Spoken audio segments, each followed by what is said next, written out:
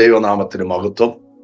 കാൽപ്പാടുകൾ എന്ന ഈ പ്രോഗ്രാമിൽ കൂടെ എന്റെ അനുഭവ സാക്ഷ്യം പറയുവാൻ അവസരം തന്ന ദൈവത്തിന് നന്ദി പറയുന്നു. എന്റെ പേര് ദേവരാജൻ എന്നാണ്. ഞാന് ജനിച്ച് വളർന്നത് ഇടുക്കി ജില്ലയിൽ മാട്ടുക്കട്ട എന്ന് പറയുന്ന ഒരു മലയോര ഗ്രാമത്തിലാണ്. എന്റെ മാതാപിതാക്കൾക്ക് ഞങ്ങൾ 5 മക്കളാണ്. ഞങ്ങൾ ഈ വിശ്വാസത്തിലേക്ക്, കർത്താവായ യേശു ക്രിസ്തുവിലേക്ക് വരുവാൻ ദൈവം അവസരം ഒരുക്കി തന്നത്, എന്റെ മാതാവ് ഒരു ബ്ലഡ് ക്യാൻസർ രോഗിയായിരുന്നു. എന്നാൽ എന്റെ മാതാവ് ബ്ലഡ് ക്യാൻസർ രോഗിയായിരിക്കുമ്പോൾ തന്നെ എന്റെ പിതാവിന് മദ്യക്കച്ചവടവും ഷാപ്പും അങ്ങനെയൊക്കെയുള്ള ലഹരി വസ്തു സംബന്ധമായ ബിസിനസ് കാര്യങ്ങളായിരുന്നു. അങ്ങനെ എന്റെ പിതാവിന് വലിയൊരു ഉയർച്ചയിലേക്ക് പോയ സമയത്താണ് എന്റെ പിതാവിന്റെ സ്വന്തം അമ്മാവന് പിതാവിനെ എക്സൈസുകാരെ കൊണ്ട് പിടിപ്പിച്ച് അദ്ദേഹത്തെ തിരുവനന്തപുരം സെൻട്രൽ ജയിലിൽ അടയ്ക്കുവാനായിട്ടിടയായി. ആ സമയത്ത് എന്റെ മാതാവ് എന്നെ പ്രഗ്നന്റ് ആയിരുന്നു. ഞാൻ എൻ്റെ മാതാവിൽ നിന്ന് കേട്ട ഒരു അനുഭവമാണ്. എൻ്റെ മാതാവ് എന്നെ 7 മാസം ഉദരത്തിൽ ചുമന്നുകൊണ്ട് നടക്കുന്ന സമയത്താണ് എൻ്റെ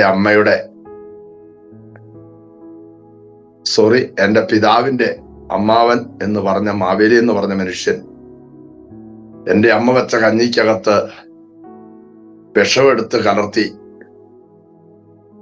ഞങ്ങളെ കൊന്നുകളയുവാൻ തീരുമാനിച്ചു.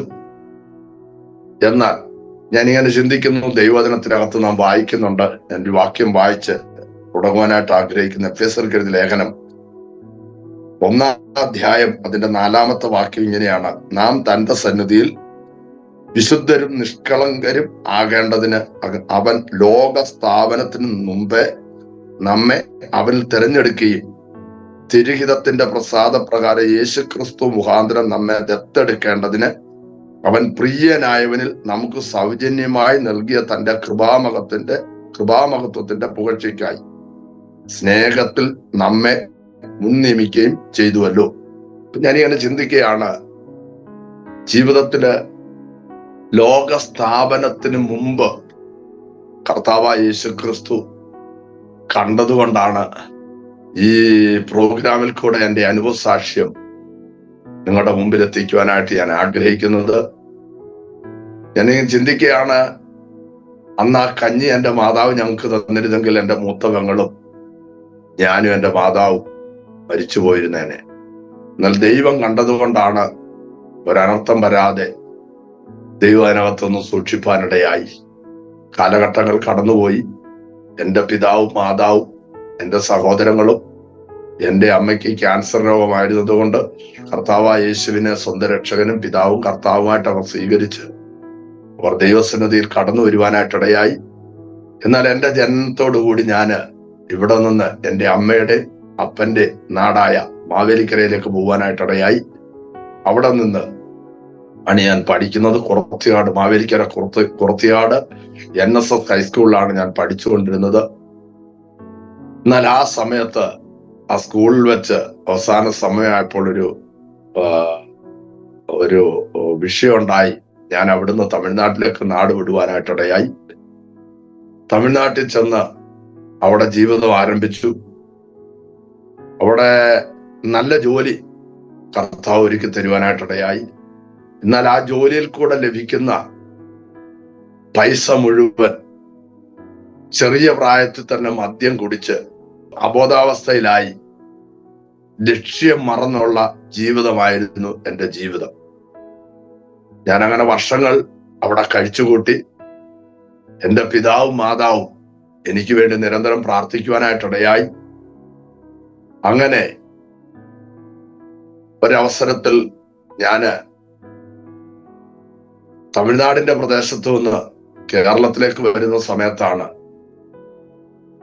ദൈവം എന്നെ വ്യക്തിപരമായിട്ട് എന്നോട് ഇടപെടുവാനായിട്ടിടയായി. എന്നാൽ അതിനു മുമ്പ് ഒരു പ്രാവശ്യം ഞാന് മാവേലിക്കരന്ന് അവിടെ പഠിച്ചുകൊണ്ടിരുന്ന സമയത്ത് എന്റെ പിതാവിന്റെയും മാതാവിന്റെയും സ്തോത്രം വീടായിരിക്കുന്ന മാട്ടുക്കട്ടയിലേക്ക് കടന്നു വരികയും അവിടെ ചില ദിവസങ്ങളൊക്കെ ചെലവഴിക്കുവാനായിട്ടിടയായി. ഞാൻ സ്തോത്രം. എന്നാൽ നമുക്കറിയാം, ഈ ഇടുക്കി ജലാശയത്തിലെ ഡാം തുറന്നു വിടുന്ന ഒരു അനുഭവം ഉണ്ട്. ഒരിക്കൽ ഞാൻ വള്ളത്തിൽ യാത്ര ചെയ്ത് ആ വള്ളത്തില് അക്കരെ ഇക്കരെ പോയിട്ട് തിരിഞ്ഞു വന്ന സമയത്ത് വള്ളത്തിനകത്ത് നിന്ന് വെള്ളത്തിലേക്ക് എടുത്ത് ചാടിയതാണ്. ആ ചാടിയ സമയം ഞാൻ ആഴങ്ങളിലേക്ക് താണുപോകാനായിട്ടിടയായി. എന്നാൽ വള്ളത്തിൽ എന്റെ കൂടെ ഒപ്പം ഉണ്ടായിരുന്ന ആള് മൂന്നാമത്തെ പ്രാവശ്യം എന്റെ മുടിക്കുത്തിൽ പിടിച്ച് എന്നെ പൊക്കിയെടുത്ത് വള്ളത്തിലിടുവാനായിട്ടിടയായി. അപ്പൊ കർത്താവ് പ്രാരംഭ നിമിഷം ഞാൻ ഓർപ്പിച്ചു, വിഷത്തിനകത്തു നിന്ന് കർത്താവ് വിടുവിച്ചു. രണ്ടാമത് വെള്ളത്തിൽ നിന്നുള്ള മരണത്തിൽ ദൈവം വിടുവിച്ചു. 3, എന്റെ അമ്മ പറഞ്ഞു കേട്ടതാണ്, ഞങ്ങൾ ഹിന്ദുക്കളായതുകൊണ്ട് എന്റെ നാള് മുഖാന്തരം എന്റെ അമ്മാവിന് ദോഷമുണ്ടാകും എന്ന് കണ്ടിട്ട് എന്നെ കുളിപ്പിച്ചുകൊണ്ടിരുന്ന സമയത്ത് എന്റെ വല്യമ്മ എന്നെ ആവണക്കെണ്ണ എന്റെ വായിൽ തന്ന് എന്നെ കൊന്നുകളയാൻ ശ്രമിച്ചതാ. ഞാൻ ഇങ്ങനെ ചിന്തിക്കുകയായിരുന്നു, ദൈവത്തിന്റെ വചനം എത്ര വ്യക്തമായിട്ടാണ് ദൈവത്തിന്റെ പരിശുദ്ധാത്മാവ് വിശുദ്ധ വേദപുസ്തകത്തിനകത്ത് എഴുതി വെച്ചിരിക്കുന്ന. അപ്പോസ്തലനായ പൗലോസ് പറയുകയാണ്, ലോക സ്ഥാപനത്തിന് മുൻപേ ദൈവം കണ്ടതുകൊണ്ടാണ് 1, വിഷത്തിൽ നിന്നുള്ള മരണത്തിൽ നിന്ന് വിടുവിച്ചു. 2, വല്യമ്മ ആവണക്കെണ്ണ വായിലൊഴിച്ച് തന്ന് കൊല്ലുവാൻ ശ്രമിച്ചു, അവിടുന്ന് ദൈവം രക്ഷിച്ചു. 3, വെള്ളത്തിനകത്തുനിന്ന് കർത്താവ് രക്ഷിപ്പാനിടയായി. ഇപ്പൊ സ്വർഗത്തിലെ ദൈവം നമ്മെ കണ്ടതുകൊണ്ടാണല്ലോ, ലോക സ്ഥാപനത്തിന് മുമ്പേ ക്രിസ്തുവിൽ തെരഞ്ഞെടുത്തത് കൊണ്ടാണ് ഇന്ന് നിങ്ങളുമായിട്ട് എൻ്റെ ഈ അനുഭവം പങ്കുവയ്ക്കുവാനായിട്ടിടയായത്. അപ്പൊ ആ തമ്പുരാന്റെ പ്രവൃത്തി എത്ര വലുതാ. ഏത് മതത്തിലായിരുന്നാലും ഏത് കുലത്തിലായിരുന്നാലും അവിടെ ജനിക്കുന്നതിന് മുമ്പേ നമ്മെക്കുറിച്ച് തമ്പുരാൻ കണ്ടിട്ടുണ്ട്. സ്തോത്രം, ഹല്ലേലൂയ. എന്നാൽ ഞാന് തമിഴ്നാടിന്റെ പ്രദേശത്ത് കടന്നുപോയി. അവിടെ നിന്ന് മടങ്ങി വന്നു. എൻ്റെ അമ്മ അനുഗ്രഹീതയായിരിക്കുന്ന സ്തോത്രം ഒരു ദൈവവൈദ്യരുമായിട്ട് വിവാഹം നടത്തുവാനായിട്ടിടയായി. പുനലൂര് ദൈവസഭയുടെ കീഴില് ദൈവവചനം പഠിച്ച് പഠനം പൂർത്തീകരിച്ച് അനുഗ്രഹിക്കപ്പെട്ട ഒരു കർത്താവിന്റെ ദാസിയാണ് എൻ്റെ ഭാര്യ അനിമോള്. കർത്താവിന്റെ ദാസിയായിട്ട് എൻ്റെ വിവാഹം നടത്തിയതിനു ശേഷം വീണ്ടും ഞാൻ തമിഴ്നാട്ടിൽ പോയി. വീണ്ടും തിരിഞ്ഞു വരുമ്പോൾ ദൈവത്തിന്റെ പരിശുദ്ധാത്മാവ് വ്യക്തമായിട്ട് തടി ബോർഡിൽ എഴുതി കാണിക്കുന്നത് ഇതുപോലെ 21 ദിവസം ഉപവസിച്ച് പ്രാർത്ഥിക്കണമെന്ന് എനിക്ക് ഒരു ദൈവിക വെളിപ്പാട് ലഭിക്കുവാനായിട്ട് ഇടയായി. ഇന്ന് ദൈവം ഞങ്ങളെ പറയട്ടെ, എന്റെ വീട്ടിലോ എന്റെ ഭാര്യയുടെ വീട്ടിലോ അവരുടെ സഭകളിൽ അതിനുള്ള സാഹചര്യങ്ങൾ ഒരുങ്ങിയിരുന്നില്ല. എന്നാൽ ഞാൻ ഓർത്തു, എന്നാൽ എന്റെ ചേട്ടന്റെ കൂടത്തിൽ മുണ്ടക്കയത്തെ IPC ദൈവസഭയുടെ മെമ്പറാണ് എന്റെ ചേട്ടനും കുടുംബവും. അവിടെ പോയി അവരോടൊരുമിച്ച് പ്രാർത്ഥനയിൽ പങ്കെടുക്കണം എന്നും പറഞ്ഞ് ഞങ്ങൾ വിശുദ്ധ സഭായോഗം അവിടെ അവരോടൊരുമിച്ച് ആരാധന കഴിച്ച് അവരോടുകൂടി സന്തോഷം പങ്കിടാൻ വേണ്ടിയാണ് ഞങ്ങൾ അവിടെ പോയത്. അവിടെ ചെന്നപ്പോൾ അവിടെ എഴുതി വെച്ചിരിക്കുന്ന 21 ദിവസം ഉപവാസ പ്രാർത്ഥനയും ഉണർവ് യോഗമെന്ന് അവിടെ എഴുതി വെച്ചിരിക്കുന്നു. ഞാൻ അവിടെ തീരുമാനമെടുത്ത്, കർത്താവേ, മരിച്ചാലും ദൈവത്തിന് വേണ്ടി, ജീവിച്ചാലും ദൈവത്തിന് വേണ്ടിയെന്ന് ഞാനൊരു തീരുമാനം എടുക്കുവാനായിട്ടിടയായി. ആ 21 ചെളിക്കുഴി IPC ദൈവസഭയിൽ വെച്ച് 21 ദിവസം ഉപവാസ പ്രാർത്ഥനയ്ക്കായിട്ട് സമയങ്ങളെ വേർതിരിച്ചു. നീണ്ട 19 ദിവസമായിട്ട് എനിക്ക് ദൈവത്തിന്റെ ശബ്ദമൊന്നും എനിക്ക് കേൾക്കാൻ കഴിഞ്ഞില്ല.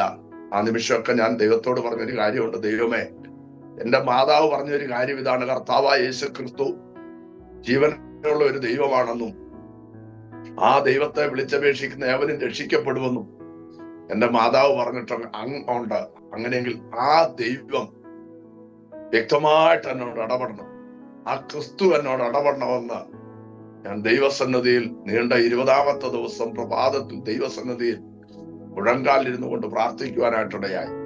എന്റെ ജീവിതത്തിലെ ഓരോ തെറ്റുകളും ഞാൻ ഏറ്റുപറയുവാനായിട്ടിടയായി. ഞാൻ പറഞ്ഞ, കർത്താവേ, ആ നിമിഷം വരെ, ആ ഉപസിച്ച് പ്രാർത്ഥിക്കുന്ന നിമിഷം വരെയുള്ള ചില കാര്യങ്ങളൊക്കെ എനിക്ക് വിടാനായിട്ട് കഴിഞ്ഞില്ല. ആ സമയത്ത് ഞാൻ തീരുമാനമെടുത്തു, ഇനി ഞാൻ ഇതിനകത്തൊന്നും ശ്രദ്ധ വെക്കത്തില്ല, എന്റെ ദൈവം അല്ലാതെ മറ്റൊന്നും വേണ്ട എന്ന് ഒരു ഉടമ്പടിയും പ്രതിഷ്ഠയും തീരുമാനമെടുത്ത സമയത്ത് സ്വർഗത്തിലെ ദൈവത്തിന്റെ കരം യഥാർത്ഥമായിട്ട് യേശു തമ്പുരാന്റെ ആണിപ്പഴുതുള്ള മുറിഞ്ഞ കരം എന്റെ ശിരസിൽ വന്ന് തൊട്ട് എന്നെ അമർത്തുവാനായിട്ടിടയായി. ദൈവത്തിന് സ്തോത്രം. ആ ഉപവാസ പ്രാർത്ഥന കഴിഞ്ഞ് എഴുന്നേറ്റ് കണ്ണമ്പടി എന്ന ഇടുക്കി ജില്ലയുടെ മലയോര ഗ്രാമമായിരിക്കുന്ന ആദിവാസി സ്തോത്രം വനത്തിലേക്ക് കർത്താവിന്റെ ദാസിയും എന്റെ 3 കുഞ്ഞുങ്ങളും ഞാനുമായിട്ട് സുവിശേഷ വേലയ്ക്ക് കടന്നു പോകാനിടയായി. അവിടെ ചെന്ന് ഞങ്ങളുടെ ജീവിതത്തിൽ വളരെ പ്രതികൂലങ്ങൾ കൂടിയാണ് കടന്നുപോയത്. കുഞ്ഞുങ്ങളാണ്, മക്കള് 3 പേര് കുഞ്ഞുങ്ങളാണ്. കർത്താവിന്റെ ദാസി ചെറുപ്പമാണ്. ഏകദേശം 40 ഏക്കറിനകത്തൊക്കെയാണ് ഒരു വീട്. വനപ്രദേശമാണ്. ആന ഇറങ്ങി വരും, കരടിയുണ്ട്, പെരുമ്പാമ്പുകളൊക്കെ ഉണ്ട്. അങ്ങനെ ഞങ്ങൾ മുൻപോട്ട് കടന്നുപോയി ചില വർഷങ്ങൾ അവിടെ താമസിക്കുവാനും ഞങ്ങളുടെ ജീവിതത്തിൽ ഞങ്ങൾക്ക് പോലും മനസ്സിലാക്കാൻ കഴിയാത്ത ദൈവത്തിന്റെ പ്രവൃത്തികൾ അവിടെ കാണുവാൻ ഞങ്ങൾക്കിടയാക്കി. കാരണം ഭക്ഷണമില്ല. കിട്ടുന്ന ഭക്ഷണങ്ങള് ഞങ്ങളുടെ തലമുറകൾക്ക് ഞങ്ങൾ കൊടുക്കും. കർത്താവിന്റെ ദാസി ഞങ്ങള് 2 പേരും കൊണ്ട് ഉപവസിക്കാനായിട്ടിടയായി.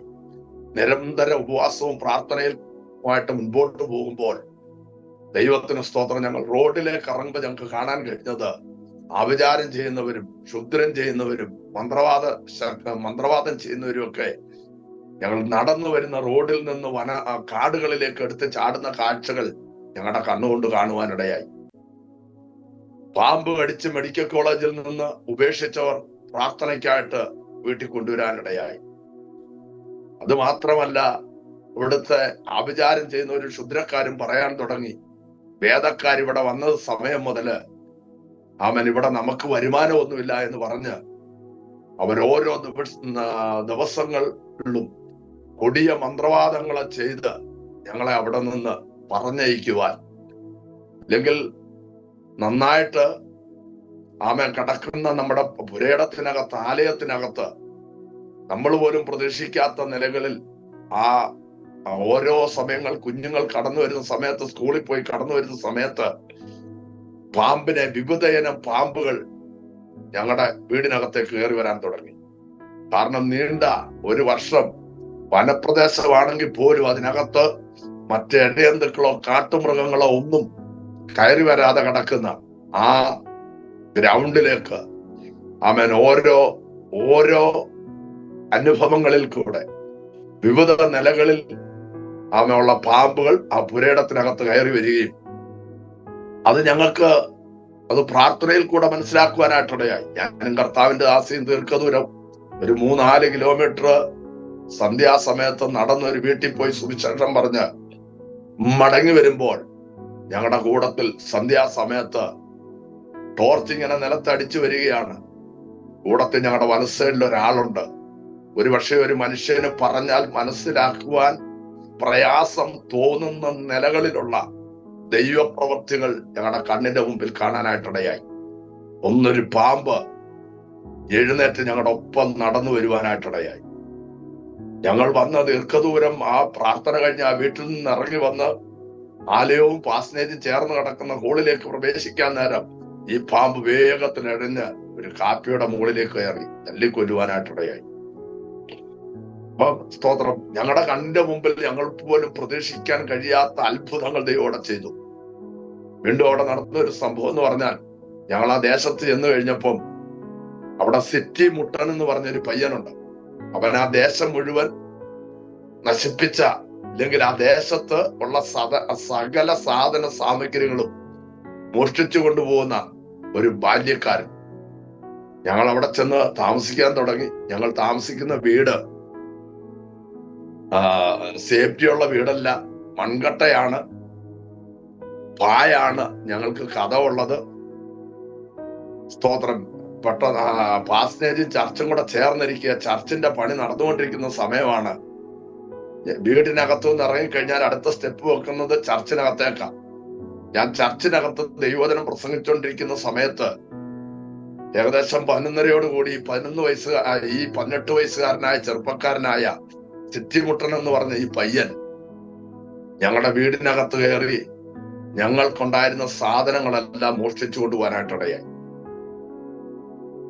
ഞാൻ ഞങ്ങളുടെ അന്നത്തെ ചർച്ചിലെ മൂപ്പനായിരിക്കുന്ന, അല്ലെങ്കിൽ ആദിവാസി മൂപ്പൻ എന്ന് പറയാം, അദ്ദേഹം ആ ചർച്ചിന്റെ മൂപ്പനാണ്. ആ മനുഷ്യനോട് എടുത്തു എന്ന് വിവരം പറഞ്ഞപ്പോ എന്നോട് പറഞ്ഞു, ഉപദേശി ഒന്നുകൊണ്ട് ഭയപ്പെടണ്ട, ഞാൻ ആ കാര്യം കൈകാര്യം ചെയ്തോളാം, നാളെ ആ വ്യക്തി ആനച്ചാലിൽ കടന്നോളൂ എന്ന് പറയുവാനായിട്ടിടയായി. ഞാൻ അന്ന് അദ്ദേഹത്തിന്റെ മുഖത്ത് നോക്കി ഇങ്ങനെ സംസാരിച്ചു, അച്ചായൻ ഒരിക്കലും അങ്ങനെ പറയരുത്, ദൈവമാണ് എന്നെ ഇവിടെ അയച്ചെങ്കിൽ ഈ കാര്യം ദൈവം ചെയ്യും, ദൈവം ഈ കാര്യം നന്നായി ചെയ്തോളൂ എന്ന് ഞാൻ അദ്ദേഹത്തോട് പറയുവാനായിട്ടിടയായി. എന്നിട്ട് ഞങ്ങൾ തിരിച്ചു വന്ന് കർത്താവിന്റെ ദാസിയും ഞാനും ദൈവസന്നിധി മുഴങ്കാലും മടക്കി പ്രാർത്ഥിക്കുവാനായിട്ടിടയായി. ആമേൻ സ്തോത്രം. എന്നെ കേൾക്കുന്ന ദൈവകുഞ്ഞുങ്ങളോട് പറയട്ടെ, നമ്മുടെ കർത്താവ് പ്രാർത്ഥിച്ചാൽ മറുപടി തരുന്ന ദൈവമാണ്. പ്രാർത്ഥിക്കേണ്ടതുപോലെ പ്രാർത്ഥിക്കുന്നെങ്കിൽ നിശ്ചയമായിട്ട് ദൈവത്തിന്റെ മഹത്വം നമ്മുടെ മേൽ വെളിപ്പെടുവാനായിട്ടിടയാകും. അപ്പോസ്തലനായ പൗലോസ് പറയുകയാണ്, പ്രാരംഭത്തിൽ പൗലോസ് പറഞ്ഞ ഒരു പദവി ഇങ്ങനെയാണ്: ലോക സൃഷ്ടിക്ക് മുൻപേ, ലോകാരംഭത്തിന് മുമ്പേ ക്രിസ്തുവിൽ നമ്മെ തെരഞ്ഞെടുത്തതാ ദൈവത്തിന് സ്വന്തം. അങ്ങനെ ക്രിസ്തുവിൽ നമ്മെ തെരഞ്ഞെടുത്തതാണെങ്കിൽ ഒരു പൈശാചിക തലങ്ങൾക്കും അവൻ ദൈവാത്മാവിൽ നടത്തുന്ന ദൈവകുഞ്ഞിനെ തകർത്ത് കളയാൻ കഴിയത്തില്ല. ചുടറവലവ ശന്തരാധന ഘടകൽക്കനാദിയ അടകം ജാന വൈഡ പ്രൗഢവരവലവക്ഷ്യാറവലവ.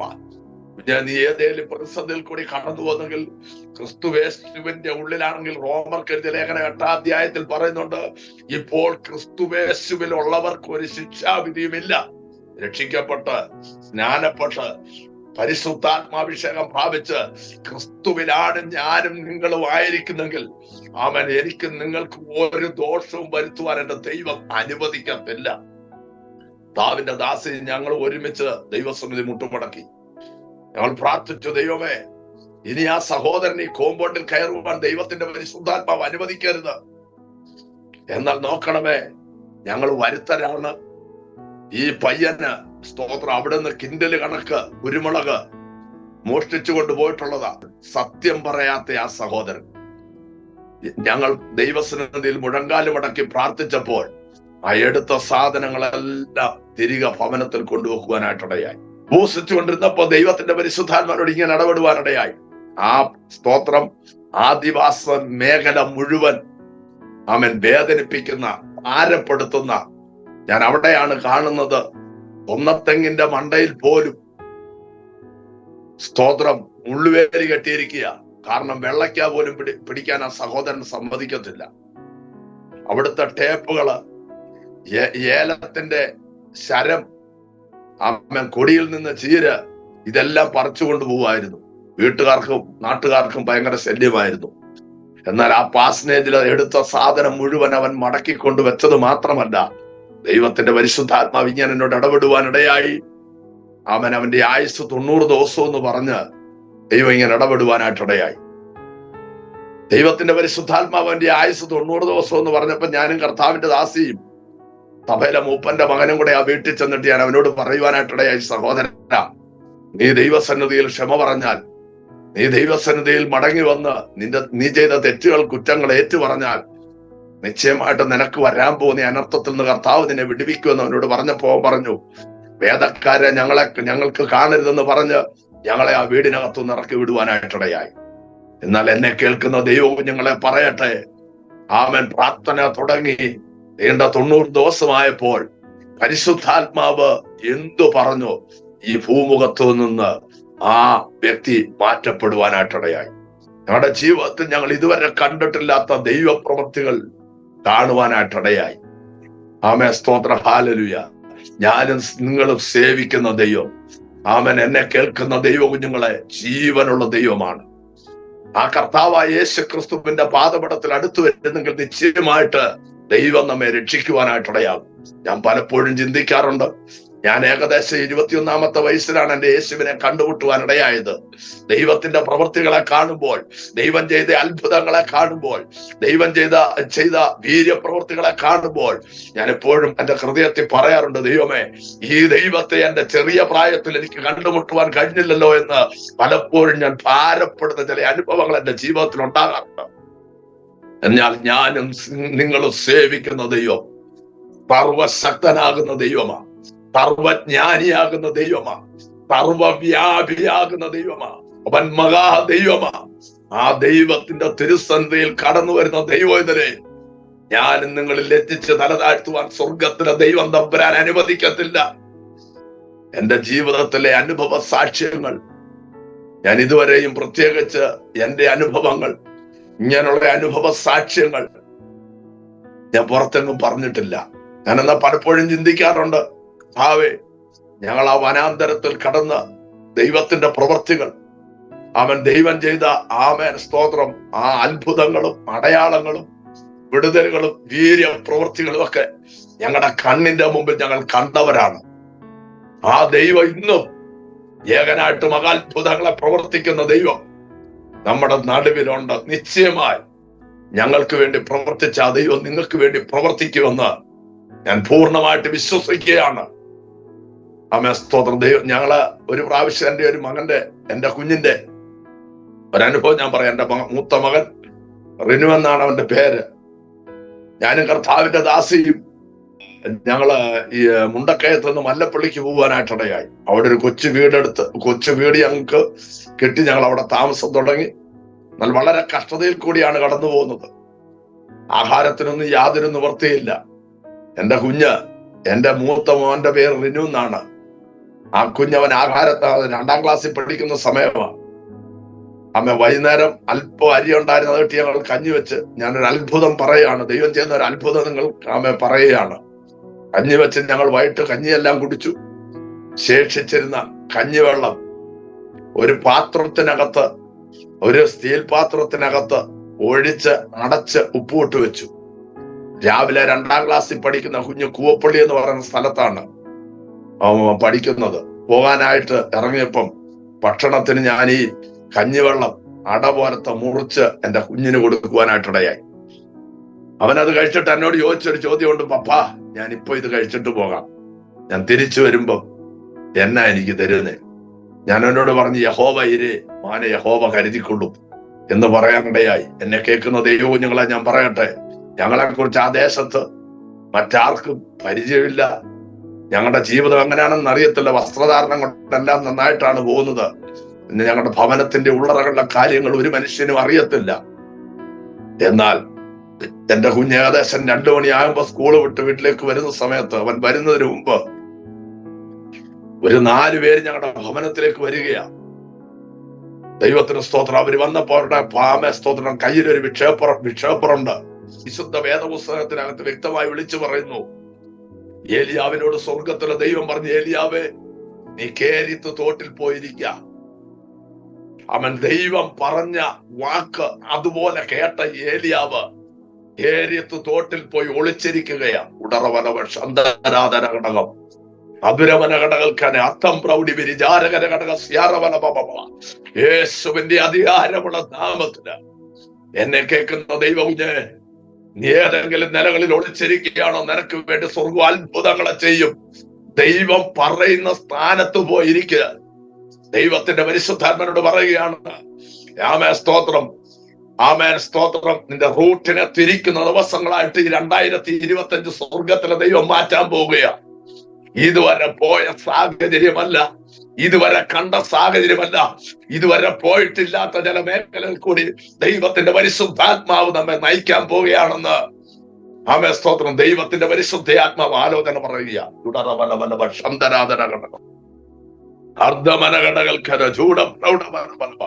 ഏലിയാവിനോട് പറഞ്ഞതുപോലെ കേരിത്ത് തോട്ടിൽ ഏലിയാവ് പോയിരിക്കാനിടയായി. കാലത്തും വൈകിട്ടും രാവിലെയും വൈകിട്ടും ഏലിയാവിന് അപ്പോ ഇറച്ചിയായിട്ട് കാക്ക വന്നതുപോലെ ഞങ്ങളുടെ ജീവിതത്തിലേക്ക് സ്തോത്രം ഈ 4 വ്യക്തികൾ ഒരു അത്ഭുതമായിട്ട് കടന്നു വരുവാനായിട്ടിടയായി. സ്തോത്രം. ഇന്ന് എന്നെ കേൾക്കുന്ന, എന്റെ ഈ സാക്ഷ്യം കേൾക്കുന്ന ദൈവകുഞ്ഞെ, ആരെങ്കിലും ഇതുപോലുള്ള സാഹചര്യത്തിൽ കൂടി കടന്നു പോകുന്നുണ്ടെങ്കിൽ ഭാരപ്പെട്ടു പോകരുത്. എന്നെ നിങ്ങളെ പുറത്തു കൊണ്ടുവരുവാൻ സ്വർഗത്തിലെ ദൈവശക്തനാ. വേദനിക്കരുത്. കണ്ണമ്പടിയുടെ പ്രദേശത്ത് നിന്ന് കുമ്മളി പട്ടണത്തിൽ വന്ന് ഇന്ന് ഏകദേശം 18 വർഷത്തോളമാകുന്നു. കുമ്മളി പട്ടണത്തിൽ തേക്കടിയുടെ കവാടമായ സ്തോത്ര സെന്ററിനകത്ത് കർത്താവിന്റെ വേല ഞങ്ങൾ കുടുംബമായി ചെയ്തുകൊണ്ടിരിക്കുന്നു. എന്റെ മക്കള് കൃപയാൽ രണ്ടാണും ഒരു പെൺകുഞ്ഞുമാണ്. എന്റെ കർത്താവിന്റെ ദാസി ഇതിനകത്തൂടെ സാക്ഷ്യം പറഞ്ഞിട്ടുണ്ട്. കഴിഞ്ഞ 2023 അവസാനം 24 പ്രാരംഭവും ക്യാൻസർ രോഗത്താൽ ഭാരപ്പെട്ടു. 2024 മാർച്ച് മാസമായപ്പോൾ ആ ക്യാൻസർ എന്ന രോഗത്തിൽ നിന്ന് പരിപൂർണ സൗഖ്യം പ്രാപിച്ച് ഇന്ന് ശക്തമായി കർത്താവിന്റെ രാജ്യത്തിന് വേണ്ടി ഉപയോഗിക്കപ്പെട്ടുകൊണ്ടിരിക്കുക. അങ്ങനെങ്കിൽ എന്നെ കേൾക്കുന്ന ദൈവവേദനയെ ആരെങ്കിലും ഭാരത്തോടെയാണ്, നിരാശയോടെയാണ്, വേദനയോടെയാണ് ഈ സാക്ഷ്യം കേൾക്കുന്നെങ്കിൽ ഞാൻ ഒരു കാര്യം പറയാം. നിങ്ങളുടെ അവസ്ഥകളെ മാറ്റുവാൻ ഞാൻ സേവിക്കുന്ന എന്റെ യേശു ക്രിസ്തുവിന് കഴിയുമെന്നുള്ള പൂർണ്ണ വിശ്വാസത്തോടെ ആമേൻ എന്റെ വാക്കുകള് ഞാനിവിടെ ചുരുക്കുകയാണ്. ആമേൻ. ദൈവം ധാരാളമായിട്ട് അനുഗ്രഹിക്കുമാറാകട്ടെ. എനിക്ക് ഇങ്ങനെ സ്തോത്രം ഈ കാൽപ്പാടുകൾ എന്ന ആമേൻ ഈ പ്രോഗ്രാമിൽ കൂടെ എന്റെ അനുഭവ സാക്ഷ്യം പങ്കുവയ്ക്കുവാൻ എനിക്ക് അവസരം ഒരുക്കി തന്ന അനുഗ്രഹീതനായിരിക്കുന്ന കർത്താവിന്റെ വിലപ്പെട്ട ദാസനോടും നന്ദി പറഞ്ഞുകൊണ്ട് ഞാൻ ദൈവസന്നിധാനിരിക്കുന്നു. ദൈവം നമ്മെ അനുഗ്രഹിക്കുമാറാകട്ടെ. ആമേൻ.